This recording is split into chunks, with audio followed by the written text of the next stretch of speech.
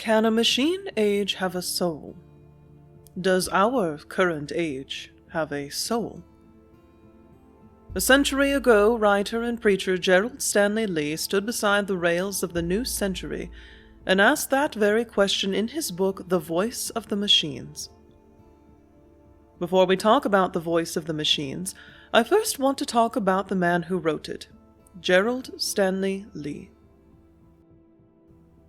Lee was born in Brockton, Massachusetts in 1862, the son of a congregational minister and teacher. His father, Samuel H. Lee, later became a professor of political economy, and his mother encouraged reading and reflection in Lee from an early age.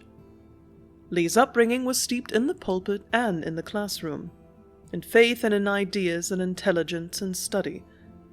He attended Oberlin College, graduated from Middlebury College in 1885, and went on to study theology at Yale Divinity School. Like many young men of his era, he began as a minister, serving churches across New England and the Midwest. But in the 1890s, something in Lee shifted. The age was changing. Gone were the days of old roads. Instead, now railways spanned continents, telegraphs stitched the world together, and the new machines seemed to hum with their own strange music. They looked at all of this, heard the song, and realized that the old ways of talking about faith were no longer enough. For this new world, there needed to be a new way to make sense of everything that was going on, to be able to connect everyone back to the one Creator, to be able to have honest conversations that broached all walks of life. So in 1896 he resigned from the ministry to become a full-time writer and lecturer, a preacher not of doctrine necessarily anymore, but of imagination and of pure faith. Throughout his life, Lee remained a man of faith, but he believed that faith must be alive in the modern world. He wasn't content to leave God just in the church while the machines roared outside the door. To him, every act of creation, whether writing a poem, building a bridge, or driving a locomotive, was part of the same divine overall conversation. He wrote several books around this theme. His first was The Shadow Christ in 1896, which was a kind of meditation on seeing the presence of Christ in ordinary life. Then came the book The Lost Art of Reading in 1902. It was a passionate defense of genuine thought in a noisy mechanical world. 4 years later, in 1906, he published The Voice of the Machines, the work that captured his vision most succinctly. Later, he would write Crowds, a moving picture of democracy in 1913, exploring how the mass movements and inventions of his day were reshaping human identity. If there is one thread through all of his work, it's this. Lee believed that technology and spirituality were not enemies. He believed the same divine spark that spoke light into the heavens also whispered through human invention. He saw the machinist, the engineer, the builder as poets in their own right, people who expressed beauty and reverence through steel and flame instead of ink and parchment. Lee lived most of his later years quietly in Northampton, Massachusetts, writing essays and teaching. He died in 1944, having lived long enough to witness the world leap from the steam engine to the dawn of atomic power. Yet his message never grew bitter. He held to his faith in both God and man, believing that, though the world changes, the creative spirit, at its base, remains holy. And so, when we read his words today, when he says that classic term, the locomotive is beautiful, or that the voice of man, my brothers, the voice of the machines, we can understand that he is not speaking in arrogance but in awe. We hear in him a pastor who is looking out into a changing world and still able to find beauty in all of it. You know, it is remarkable to think about when Gerald Stanley Lee was writing. The Voice of the Machines was published in 1906, before the First World War, before the Second, before the atomic bomb, before the jet engine, before radio was even in most homes, before the telephone. He stood at the edge of the early machine age, when the steam locomotive was still the great symbol of modernity. To him, technology was a newborn, loud, clumsy at times, but full of promise. What would he have thought, I wonder, as the decades rolled on? I would have loved to pick his brain on that.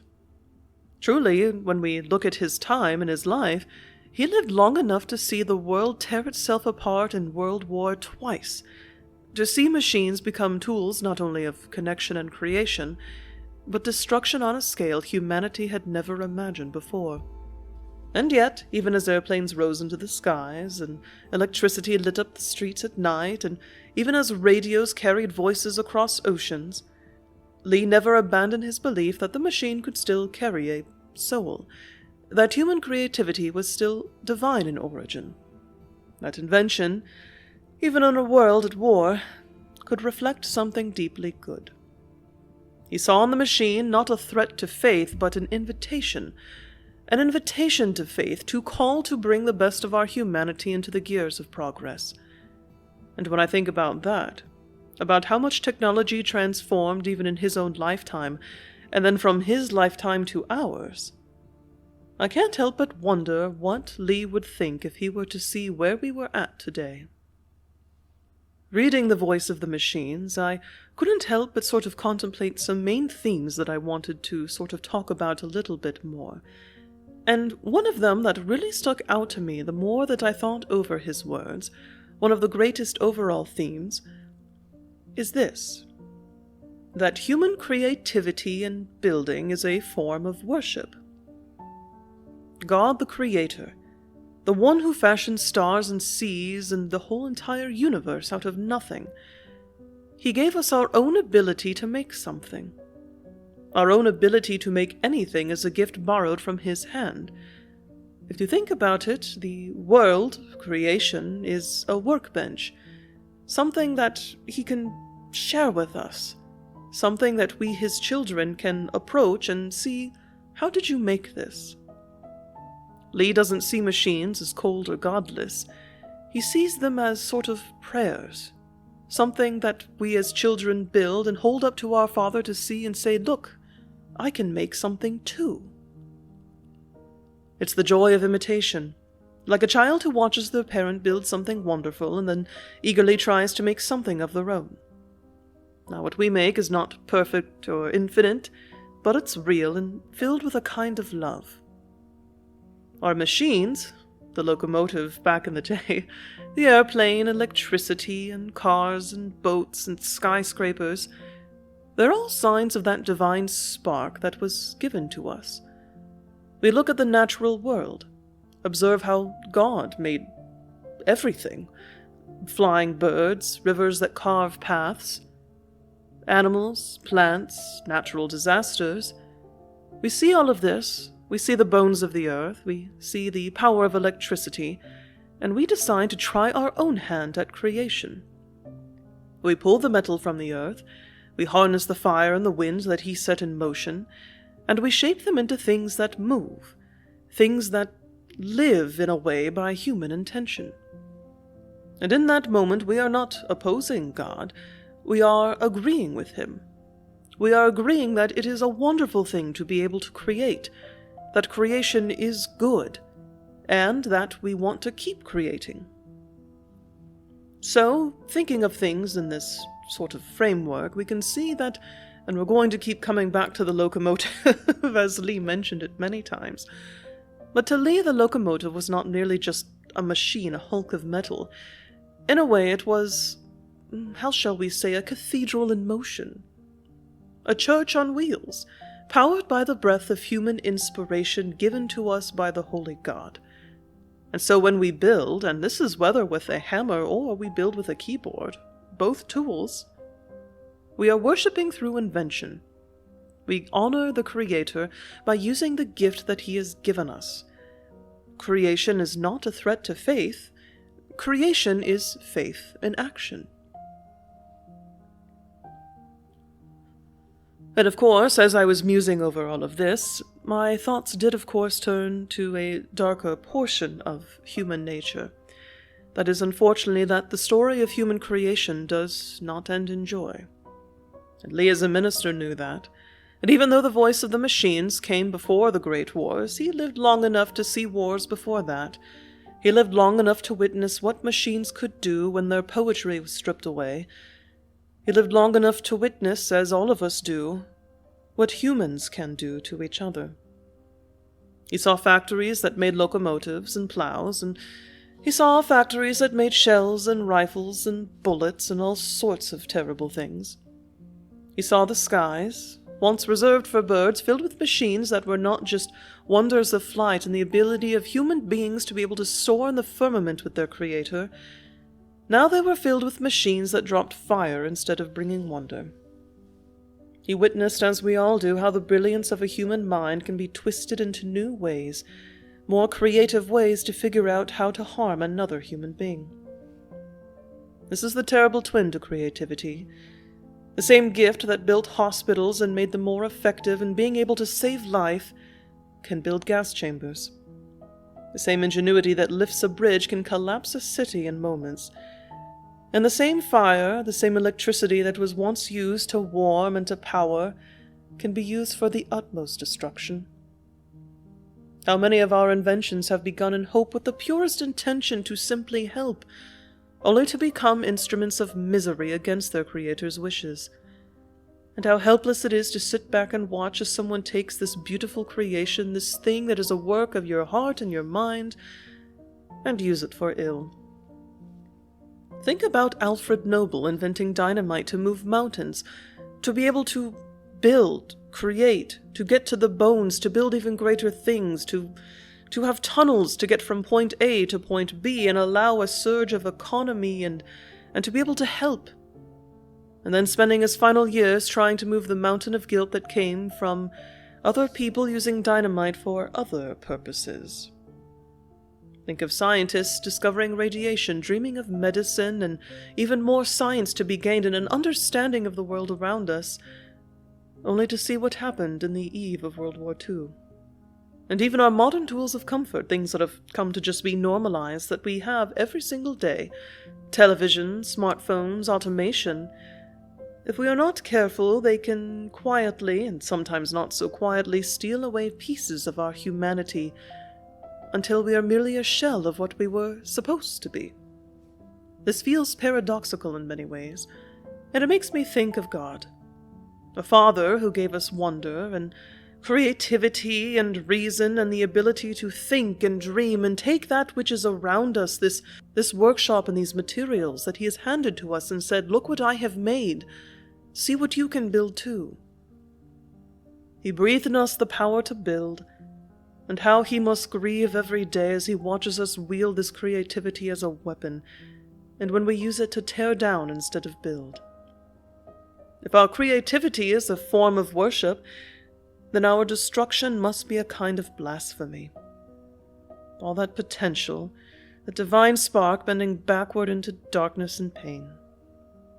The joy of creation and the tragedy of it. We are capable of so much good, as we have seen in our history, and capable of so much sorrow. We can build a soaring wing of airplanes that carries us to loved ones and carries our loved ones home and brings our trade and our packages and connects the world like we have never could have dreamed of. And on those same wings we can carry death across oceans. It's paradoxical, isn't it? That the very things which prove the generosity of God can also reveal the fragility of man. Creation is worship, and it is responsibility, a sacred trust, a reminder that our gifts are powerful, and that we must choose every single day again and again what kind of creators we will be.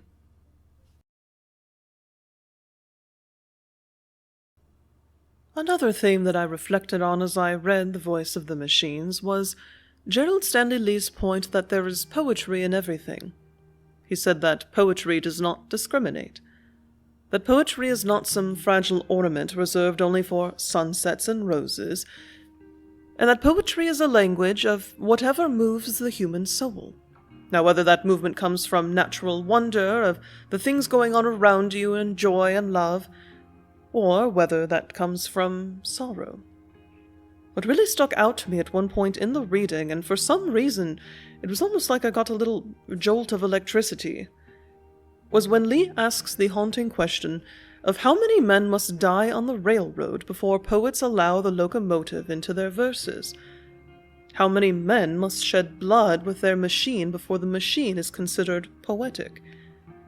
At first, I thought that was rather an odd thing to say, but then I started thinking about it. We humans really are strange creatures, aren't we? We often need struggle, tragedy, sacrifice, and blood before we admit that something actually matters. And now what I mean by that, and what Lee actually brought up as well, an example of we do not call the ocean poetic until it has claimed sailors. That is, there is a sort of strange poetry that comes from sacrifice and tragedy. Again, we don't have a particular poetry for mountains until someone falls from them. We do not call machines poetic until their gears have ground against human lives, in whatever capacity that might be. And again, there is poetry to be had in the sunset over a mountain peak, or the storm that rages over the ocean. There's a special type of poetry that comes from the struggle of man against nature. Or really, when we look at it, the struggle of man. It is as though suffering brands meaning into the world, and poetry is our way of making sense of that scar. And poetry is not only about beauty and natural wonder and tragedy. It's also about triumph. Considering the airplane, our imitation of the bird, we made a declaration that, look, it took us a little while, but it was always a dream of humanity to be able to soar through the skies. And now, to watch a jet rise into the sky is to witness a kind of human transcendence. A sort of, look, Father, look what I can do.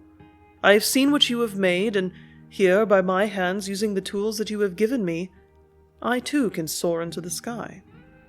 In that case, when you look at it, there certainly is some poetry to be had in the roar of a jet engine. But then there is the other side of that poetry. The fear of flying. The fear of the crashes, the speed, the grief of when things go wrong. Sometimes we climb to heaven, and sometimes we plummet back to earth. Modern life is filled with objects and ideas such as this, machines of joy that can also carry sorrow, and it has been that way since human beings first figured out how to put one thing together. Tools of creation can also deliver our destruction, and symbols of hope for some also hold memory of pain. And in the midst of all of this, there is poetry. And so with that, it's hard not to feel poetry or poetic when we look at a machine, because we know of the tragedy and the sacrifices that come with them. Whether the machine is in a factory, whether it's an airplane, the cockpit of one, a quiet junkyard, the control station of a railway, we do not merely see just metal rolling around. I think intrinsically it's hard for us to just see raw materials that have been bent into a shape. We see stories, we see souls, we see poetry. Another thing that stuck out to me while reading The Voice of the Machines was just how similar a lot of the things that he was saying were to things that I'd been thinking myself and that I'd heard other people discussing even today. We are not nearly as different from his world as we think. He wrote about factories and telegraphs and electricity, and we have much of the same. Now we have satellites and Wi-Fi, but the heart of the conversation is the same in many ways. One item, or several, really. Lee marvels that in his day, sitting at his table, he could have the entire world brought to him. Tea from another continent, a fork made in another country, eggs from one town over, meat from all the way on the other side of the country. This to him was astonishing. All of humanity working together in concert, linking hands across distance through gears of great machines to be able to say, "Oh, this orange? It comes from hundreds of miles away for you. This fork? It was handmade in a factory in Italy, and now was sitting on your plate in New Hampshire." Is that not similar to what we see today? We click a button and garments appear from across the ocean in 2 days. We stream voices from countries we've never visited. We fly across time zones as casually as taking a Sunday stroll. We barely think about it, really, because it has become such a normal thing to us. Lee thought about it, and even then, in his day, it was the new norm. He mentions it. Everyone very quickly became used to this new norm of being able to have beef from Montana and tea from China and just all... It boggles the mind. I can't even speak about it. Very, very similar. And it was thinking about this again that I came down to another topic that I sometimes consider myself when I'm out on my night walks, and that is the concept of trust. Now, not trust in the main term that we normally think of it of, as in we trust that the bus driver will steer safely and get us to our destination. We trust that the engineer who designed our aircraft has made sure that they've done their proper planning. We trust that the food in the package that we bought, or that the food at the restaurant we attend to, will nourish us and not harm us. We are constantly ever trusting that a stranger's work, someone that, for the most part, we will never meet, will serve us faithfully. And when you really get down to it, that's extraordinary, isn't it? We truly can't say that we don't trust anyone, because, in a way, we intrinsically do every single day in hundreds of little ways. We live inside of a web of mutual reliance so vast that we can't even see it. Every product we touch, every wheel that turns represents someone's hands, someone's craft, someone's little piece in the overall machine of life. And it got me thinking, too, about when that trust fails. When a product breaks, when a service falters, we feel a sting deeper than inconvenience many times, and I think this is what leads, and this is my own personal philosophizing, that sting is deeper than inconvenience many times, and it feels like a betrayal. Because our trust, that system of trust that makes our lives possible, was violated. And I think it is shocking maybe sometimes to sit and really think about that sometimes, to recognize that we are really quite vulnerable to one another, and that we are connected not only by our joy, but our dependence on each other. Now, Lee seemed to celebrate this connectedness, and he saw the growing machine world, that is, the machine of humanity and life, not just the physical machines. He saw it all as a growing brotherhood, that civilization was knitting itself together with creativity and labor to build something more. And, especially with the time that he was in, he saw a great deal. He still invites us to see the beauty of all of that. The privilege of being able to taste what someone halfway across the world made, or be able to wear something that someone hand-wove from another continent. There is an honor in living in a world where we are lifted up by the strength of countless unseen hands. And that brings us back to his core message. The machine is not an enemy. The machine is a mirror. It shows us what we are, what we value, and how much we rely on one another to make life possible. So yes, change the date, upgrade the devices, and Lee's writing could be about today. We marvel at our technology while also fear of losing our souls to it, and we long for meaning and wonder in the world overall, and we seek to explore that through our invention and innovation.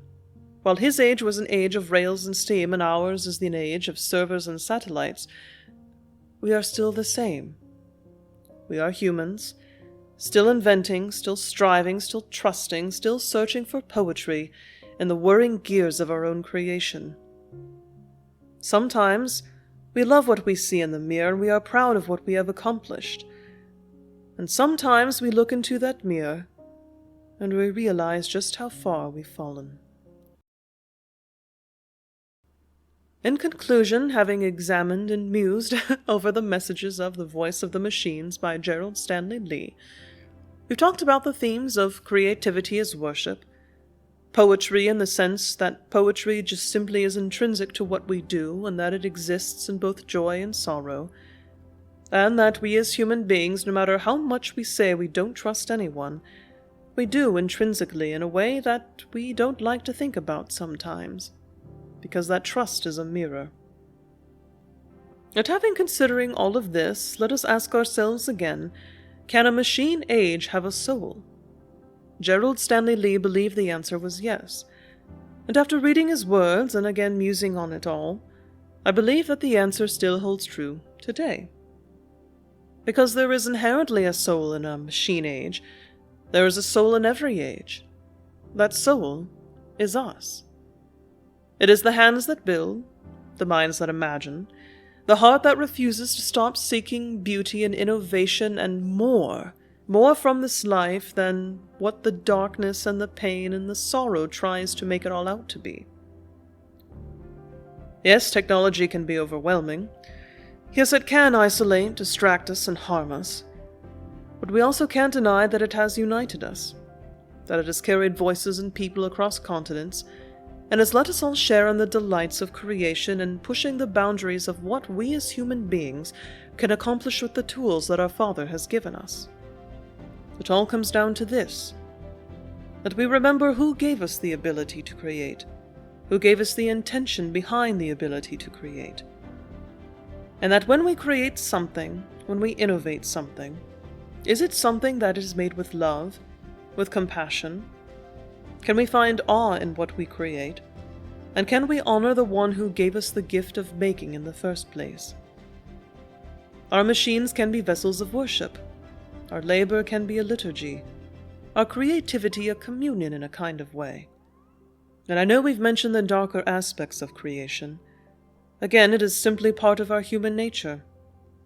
But even as we acknowledge that as a simple fact of existing in this world, we can still find hope. Because at the end of the day, this is still God's world, and in it no spark of imagination is ever wasted when it is guided by love. To offer some inspiration from 1 Corinthians 10:31, whatever you do, whether you eat or drink, do all to the glory of God.